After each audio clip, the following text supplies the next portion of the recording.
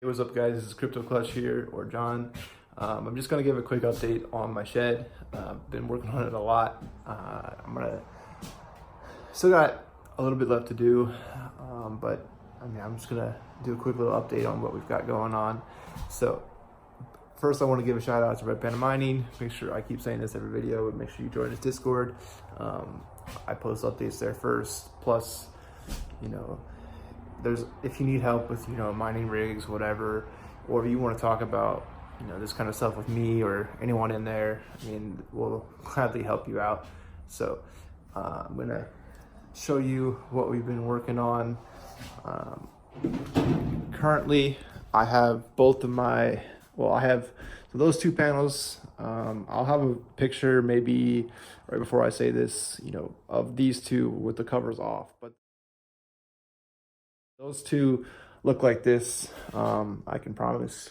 Now I did have one wire come up short. This little bit was, all that came, but that's all the wire we had left on the roll. So I had to make a little jumper from here to the breaker. But other than that, it looks pretty clean. I already have I don't know if you guys have ever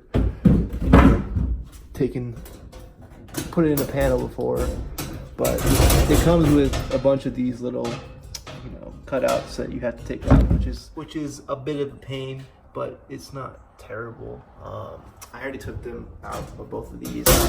Now I'm gonna put the cover on this one and get it ready to go. As far as I know, there's nothing else to do. Now this panel over here, it's a little bit different because it has my two 15 amp breakers in it, which is what I'm going to use for the light circuit, and as well, so this will have an outlet in it, and then there'll be a couple more outlets in here. Not too many, probably just 3, and they'll be sharing the fan circuits. So this circuit will be shared between all 4 fans, and there'll be an outlet down there. Just so, in case I ever need to run a saw or something, I can, do that. Or if I want to test a miner, I can do that as well. I'm also planning on maybe putting like a test bed here, maybe like a bench where I could, test and see how much power a rig is going to be pulling before I fully install it into the shelves or something. Or if I need to like tune one of my ASICs or something, I'll put a double pull 20 amp breaker in. Well, basically I'll put a wire in from here to here, and it'll basically make this like this.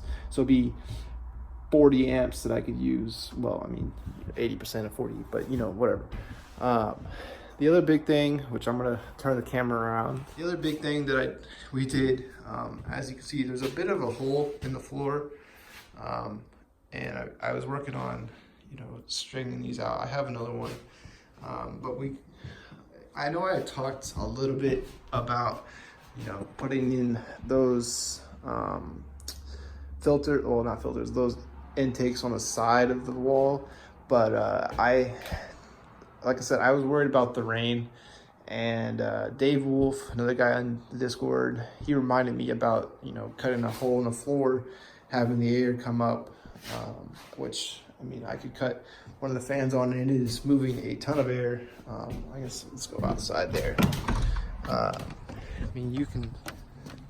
There's clearly enough, space, because anywhere from below that, paneling down, that's just open air. We're probably going to put some I don't know what they call it, but just like some fencing, the decorative fencing that, it covers up some of the ugly cinder blocks and stuff. But this side has a bunch, but obviously here's where the fans are, so they put out hot air, but we're gonna do like some tests once we have power, because I still don't have power. It's probably be another few weeks before I get power ran from a power company, but there's plenty of room for air to come in. Now this was the other thing. It was pretty interesting getting this here. I only have a 12-foot trailer, and this is 20 feet long, as you can see by the label right there. It's an inch wide. No, it's an inch and an eighth tall by 2 feet this way. So it's this part right here is an inch and an eighth, and then it goes over 2 feet, and it's 20 feet long. So imagine getting a 20 foot thing on a 12-foot trailer. We had it strapped down pretty good, but it was definitely interesting, to say the least. Now, if you come back in here, I mean, there's not really too much else, but I saw the video also had something very similar to this stuff, which I'm gonna try and either sew together or tie wrap together, you know, from one end to one end. But yeah, so it's a 14 and basically a half feet long. I would have liked to do 14 feet, but I mean, if you kind of follow the line going, that's gonna look really weird on the camera, I'm sorry, but it's straight on with this 2x4, and we really wanted it to stay, you know, within that row of nails. That's kind of how we decided. And we did the same thing on the other side. It goes straight and into that, you know, just beside that fan. And I am probably going to add a 20-inch fan right here. The pool's like another 5,000 CFM out. Just because, I mean, the calculations I did, it wasn't, I mean, I was getting like 150 CFM per miner, and I'd like to get it closer to 200 if possible. But yeah, I mean, that's basically all we've been doing. It wasn't too bad. We just kind of marked the line, you know, 2 feet along the whole thing, and we took a circular saw and just cut it. We did have to adjust it down to, you know, the right length of this plyboard, which was 5 16ths. But I mean, it was pretty easy. It was a little hot. You know, with the fans off right now, it's 84. As you can see, it was 93 earlier today. But it was about 84 when we were doing that. But we couldn't have the fans on due to our limited circuit, so it did get a little warm in here. But yeah, I think that's gonna end the video. If you guys have any questions, okay, there was this one thing. Dave Wolf asked me why I decided to put it here instead of, you know, maybe over there or something. So that, where that thing is now, that's not, well, not the ladder, the rack. That's not the final place. I'm thinking maybe like here will be the edge, like that's going to be where the racks are going to be, you know, all the way down.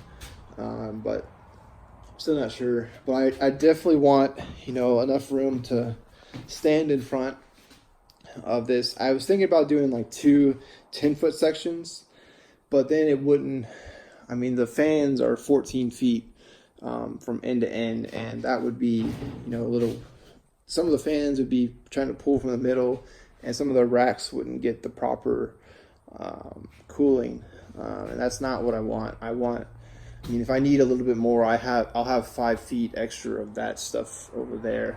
So I mean, I could, you know, put that in somewhere, maybe, you know, like over here or something. Put like another little 5-foot strip. But hopefully this 14.5 feet will be plenty. I will show, you know, whenever I get to it, I'll update how I'm gonna, like the filters I'm gonna put.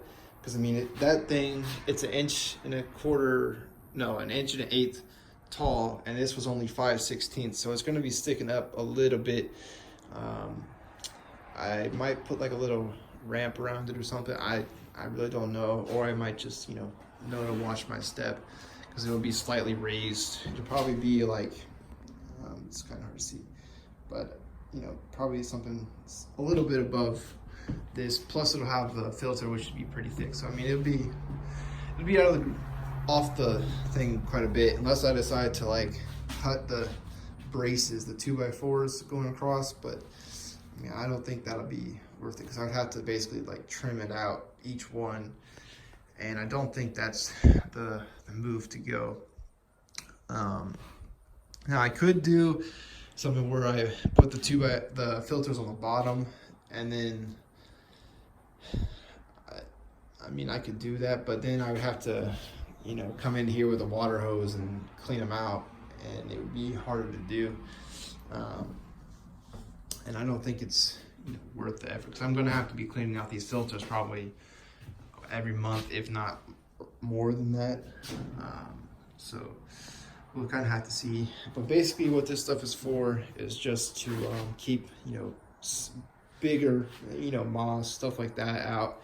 And it'll also keep, you know, mouse, groundhogs, all that kind of stuff out once it's, you know, actually stapled into the 2x4s. And once it's, you know, connected together, which I'm going to be working on as soon as I finish this video. I might do another update video tomorrow, but no promises on that one. I don't have a lot of time tomorrow, and we got to cut that thing tomorrow, as well as put it in here. The filters I don't have yet. I have to order those still. But I did, it took me a while to get, you know, all of this wiring done. I don't know if you guys have ever done it before, but it takes a while. And then also, you know, I already showed you, but you know, I have that done. Still have to hook up the receptacle circuits, but that won't take me that long. I mean, the reason why I went with the 15 amp breaker is because from another job I did, I already had this 14-2 wire, which is, you're only supposed to put that underneath the 15 amp breaker. I mean, I guess I could have used one of my 20 amps, but that's really not good, because we'll do a quick little electrical lesson. These, by the way, these came with my the panels I bought. Each one came with 3 breakers per. But anyway, so this 20 amp breaker, if that wire is pulling, I don't know, we'll say it's pulling 20 amps for something, like you're running 2 saws, you know, whatever, and this breaker will trip after so long of it running on 20 amps. Whereas if you had a 12 gauge wire, the wire would be fine. This would just be overloaded, too much heat would be going through it, and it would trip. However, if you had a 20 amp breaker and you were pulling 20 amps, which this breaker, well, you were pulling 18, 19 amps, this breaker would not trip. But that wire, the 14 gauge wire, it would catch on fire and potentially burn up the whole place. Now, I don't ever think I'm going to do something like that, but just to be on the safe side, I want the breaker to match what the wire is rated for. Just a little electrical information in case you ever do anything. But that's going to be all for me. I hope this helps some of you guys. I will be doing an update video on the whole cost, and you know, I'll definitely keep updating on, you know, whenever I have my ASICs running and all that kind of stuff. I might even do like, what am I mining, which, I mean, for my ASICs, I'm either going to be solo mining, you know, Bitcoin SV or Bitcoin Cash, or just on a pool of Bitcoin for most of my SHA miners, which is most of my ASICs. I have a couple of other ones. Like I have a couple Zigs that mine Monocoin, and then I have one Inosilicon A9 that mines Zcash, or Pirate, whatever you want to put that on. But all right, that's going to be me signing off. I hope you guys enjoy your day. If you like this, please like and sub. It helps me a lot.